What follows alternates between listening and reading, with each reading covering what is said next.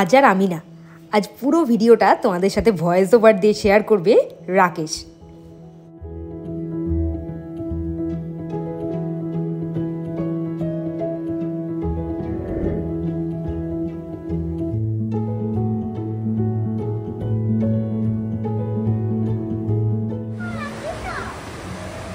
Good morning everyone, welcome back to the channel Roznam channel. আজকে কোথা থেকে ব্লগ শুরু করলাম? একেবারে ঘরের সামনেই হাত বাড়ালে সমুদ্র। এখন জোয়ারের সিচুয়েশনটা এমন হয়েছে না, কালকে আমরা যেটুকু এসেছিলাম তার থেকেও বেশি আজকে জল আসছে, কিন্তু একদম ওই পিলার অব্দি চলে আসছে জলটা। আর আজকে সকালবেলা ঘুম ভেঙেছে বৃষ্টির শব্দে, বৃষ্টি হচ্ছিল। বৃষ্টি হওয়াতে কি হয়েছে, ওয়েদারটা আরেকটু ঠান্ডা হয়েছে, আর রোদটা আজকে সকাল থেকে একদমই তেমন নেই, একদম হালকা একটু, যেটুকু আছে একদম সহনশীল। মনটা খারাপ লাগছে, চলে যেতে হবে বাড়িতে, চলে যেতেই হবে, নাহলে এর পরের ট্রিপের প্ল্যানটা করবো কী করে। তোমরা হয়তো কেউ কেউ খুব মনে গালাগালি দিচ্ছ, কিন্তু ঘোরাটা জীবনে না থাকলে না আর কিছুই থাকে না। আনন্দ বলে কাজের এনার্জিটা এই ঘোরার থেকেই আমি নিই। ঝনকটা দেখো, সকাল সকাল উঠে ওই খেলনাগুলো নিয়ে, ওগুলো হাতে নিয়ে গেছে কি করবো। কালকে একটা ব্যাগের মধ্যে ছিল, নেট ব্যাগের মধ্যে, সেই ব্যাগটা ওটা হারিয়েছে। হারিয়ে দেখো একবার কী করছে, দেখো একবার এই হাত থেকে এটা পড়ছে, একবার এর থেকে ওইটা করছে, ওই করে যাচ্ছে। চলো এখানে দেখো, এই যে ওপরে বসে রেস্টুরেন্টে সবাই খাওয়া দাওয়া করছে, আর নিচ দিয়ে সমুদ্রের ঢেউ এসে পুরো জাস্ট মানে কি বলবো, তলা দিয়ে জল বেরিয়ে যাচ্ছে। একটা দারুণ অনুভূতি। আমরাও যাবো এখন ওখানে।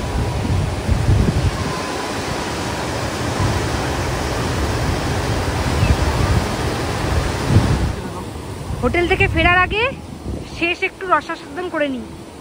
কি ভালো লাগছে এই জায়গাটা। কালকে আমরা ওইটা দিয়ে গিয়ে ওখানে বসেছিলাম, আজকে ভাবলাম এই দিকটাতে আছি।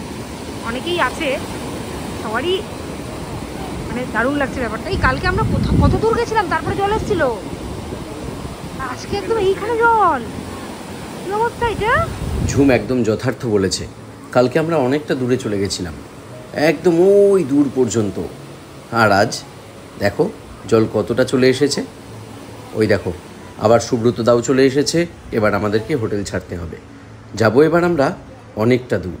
কোথায় কোথায় চলো যেতে যেতে বলি। ঝনক, আমাদের ঘোরা শেষ।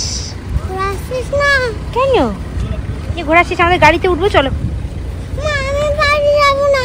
কোথায় যাবে তুমি? হোটেলে। হোটেল আর কোথায় যাবে? এই তো বাড়িতে যাবো এখন।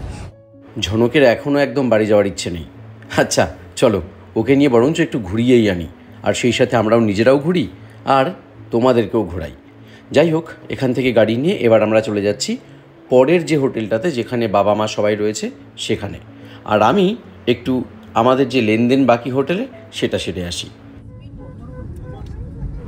আজকে আবার সেই একই পথ ধরে, অর্থাৎ মেরিন ড্রাইভ ধরে আমরা যাচ্ছি ওল্ড দীঘা নিউ দীঘা হয়ে বিচিত্রপুর। সে এক বিচিত্র জায়গা, না দেখলে বিশ্বাস করা যায় না। চলো সেই বিচিত্রপুরের বিচিত্র অভিজ্ঞতা তোমাদের সঙ্গে শেয়ার করি। তবে তার আগে এক ঝলক সমুদ্র দর্শন আর দর্শন এই ম্যানগ্রোভ অরণ্য। যদিও বিচিত্রপুরে আমরা এই রকম অরণ্য প্রচুর দেখেছি। এখন আমরা আছি তাজপুরে। ওই দেখো দূরে মাছ ধরার নৌকো।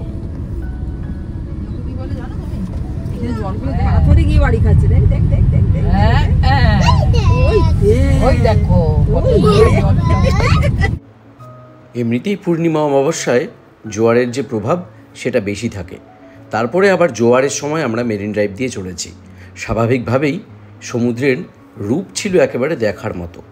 জল যতটা উপচে এসে পড়ছিল ততটাই ঝনকের মনে আনন্দ হচ্ছিল। শুধু ঝনক কেন, গোটা গাড়িতে সবাই মিলে উপভোগ করছিলাম সমুদ্রের এই অবিশ্রান্ত ঢেউ।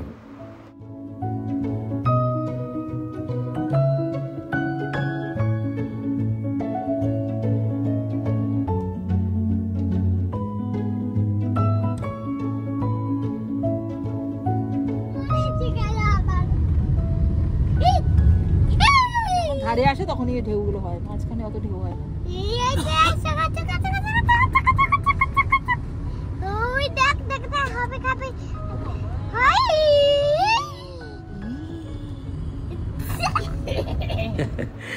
ঝনকের আনন্দ দেখে মনটা ভালো হয়ে যাচ্ছে।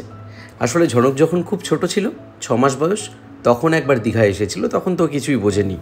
আর এদিকে আমার শ্বশুরমশাই, তিনি কখনো দীঘায় আসেননি, তাই বেসিক্যালি এই দুজনের জন্যই আমাদের দীঘায় আসা। আর সেই সাথে আমাদের তো ঘুরতে ভালো লাগেই। যাই হোক, এবার তোমাদের দেখাই শঙ্করপুরের কাছে দূরে দেখো নৌকোগুলো কদিনের জন্য জানি মাছ ধরতে চলেছে। ওরা যেন সঠিকভাবে ফিরে আসে, ঠিকঠাকভাবে ফিরে আসে, এই প্রার্থনাই করি। চলে এসেছি নিউ দীঘার কাছে। আর এই দেখো একটা রেলওয়ে কোচ রেস্টুরেন্ট, মানে একদম রেলের একটা কোচকে এখানে দাঁড় করিয়ে রাখা হয়েছে, তার ভেতরেই রেস্টুরেন্টের পরিবেশ। দারুণ না? অনেকটা জ্যামে পড়েছিলাম আমরা। নিউ দীঘাকে ছাড়িয়ে এসে আরও প্রায় 45 মিনিট বাদে আমরা এসে পৌঁছলাম উড়িষ্যার বিচিত্রপুরে। এবার তোমাদেরকে দেখাবো ম্যানগ্রোভ অরণ্য, আর সাথে অবশ্যই আমরা তো দেখবই।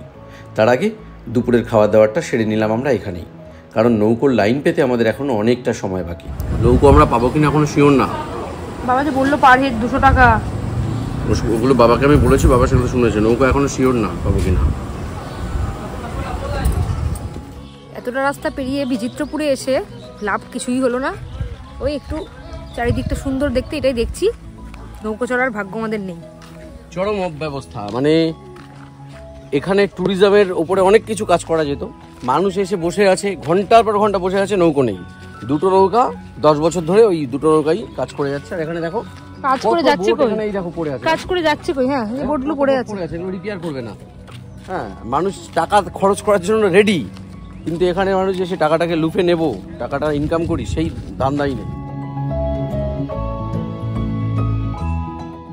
অবশেষে প্রায় 1 ঘন্টা অপেক্ষা করার পর নৌকার টিকিট আমরা পেলাম, এবং টিকিট পাওয়ার পর আমরা বোটে চাপতে আরও প্রায় 1 ঘন্টা 45 মিনিট ওয়েট করতে হলো।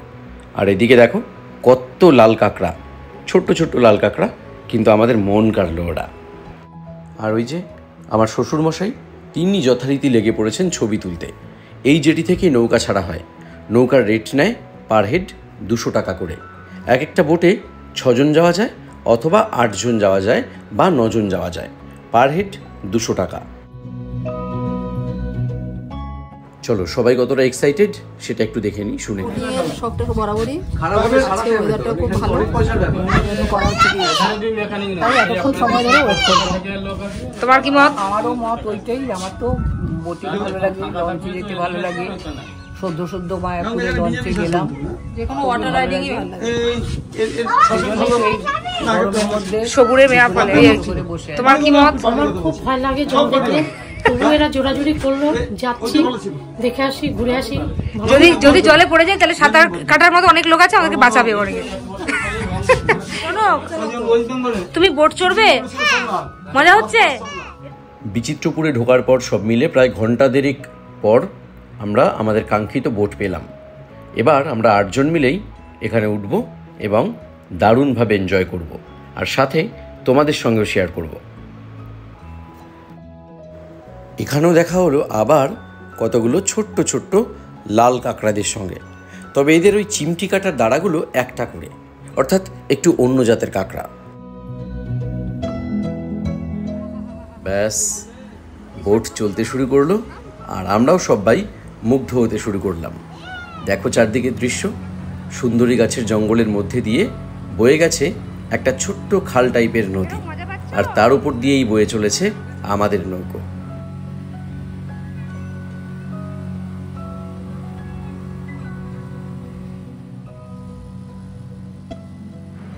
এই দেখো একটা মাছ ধরার জন্য ছোট্ট পালতোলা নৌকার সঙ্গে দেখা হলো। এই নৌকায় কিন্তু দাঁড় টানছেন একজন মহিলা, আর ওদিকে পাল ধরে এবং হাল ধরে বসে আছেন একজন পুরুষ। ওনারা মনের আনন্দে মাছ ধরছেন। প্রায় মিনিট 12-13 নৌকো চড়ার পর আমরা এসে পৌঁছলাম এই ছোট্ট দ্বীপে। আর এই দ্বীপে পৌঁছে সবাই এদিকে দোল খেতে শুরু করেছে। ওই দেখো, দিদাও পর্যন্ত একটা দোলনায় বসে ঝুলতে শুরু করেছে। আর আমি ওদিকে দিদার ব্যাগ কাঁধে নিয়েই চললাম দ্বীপটাকে চষে ফেলার জন্য। চলো তোমাদেরকেও দেখাই।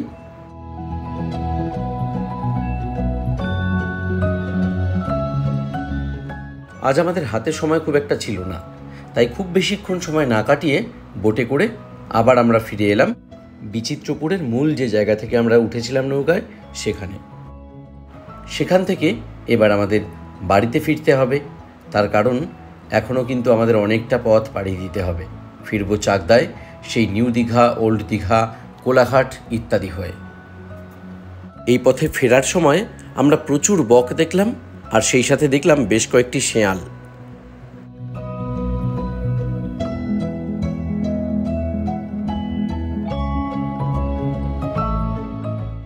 বিচিত্রপুর থেকে যখন বেরোলাম তখন সময় মোটামুটি 4:15, আর 4:45টার মধ্যে আমরা ওল্ড দীঘা ক্রস করলাম।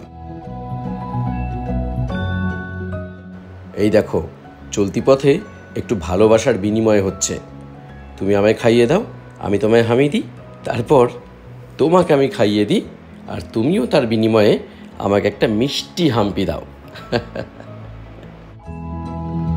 আজ আকাশটা ছিল মারাত্মক লেভেলের সুন্দর, আর ওই দেখো তার মাঝখানেই সূর্যদেবের অস্তগামী হয়ে ওঠা।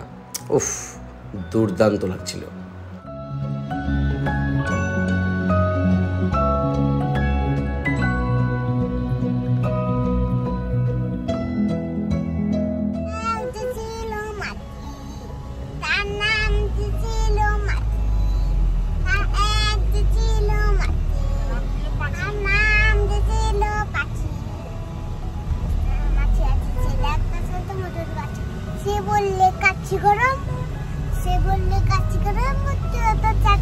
আই গোপ দুটো তোর চাচি, আই গোপ দুটো তোর চাচি, আই গোপ দুটো তোর চাচি, আই গোপ দুটো তোর চাচি।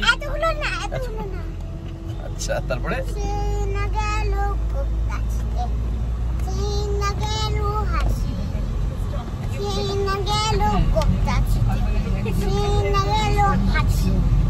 ব্যাস, ঝনকের সাথে পাগলামি করতে করতে একদম বাড়িতে পৌঁছে গেলাম আমরা।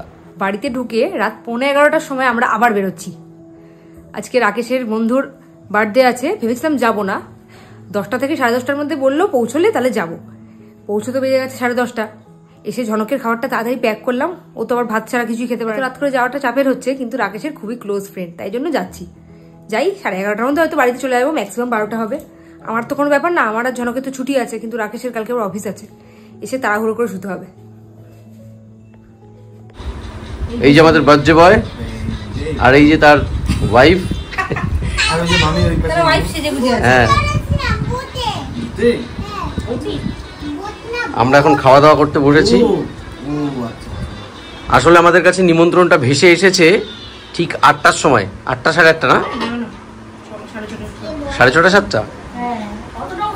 আচ্ছা, আর আমরা এসেছি 11টার সময়। আজকে মেনুতে কি কি ছিল সেটা এবার তোমাদেরকে বলি। ছিল চিকেন বিরিয়ানি, তার সাথে ছিল স্যালাড, আর 3 রকমের চিকেনের আইটেম ছিল। প্রথমেই ছিল কড়াই চিকেন, ব্যাম্বু চিকেন আর গন্ধরাজ চিকেন। এর তো খাওয়া হয়ে গেছে, এ এখন পায়েস খাচ্ছে বসে বসে। আর আমি ঝনককে খাইয়ে সবে খাওয়া শুরু করলাম, বাড়ির থেকে ওর জন্য খাবার নিয়ে এসেছিলাম। আজকে কিন্তু পুরো ভিডিওটার ভয়েস ওভারই রাকেশ দিয়েছে। আসলে আমি এতটাই টায়ার্ড হয়ে গেছিলাম, রাত্রে এসে আর এক বিন্দু এনার্জি ছিল না, ঘুমিয়ে পড়েছিলাম। আর এইদিকে ঝনকবাবুকে দেখো, যেই খেলনাটা পায় সেটাই ওর নিয়ে ঘুমোতে হয়, হাতে খেলনা নিয়েই সে দিয়েছে ঘুম। এবার আমিও শুয়ে পড়ি, আর তোমাদেরকেও জানিয়ে দিই গুড নাইট। কালকে আবার একটা নতুন ভ্লগ নিয়ে তোমাদের সাথে দেখা হবে। টাটা।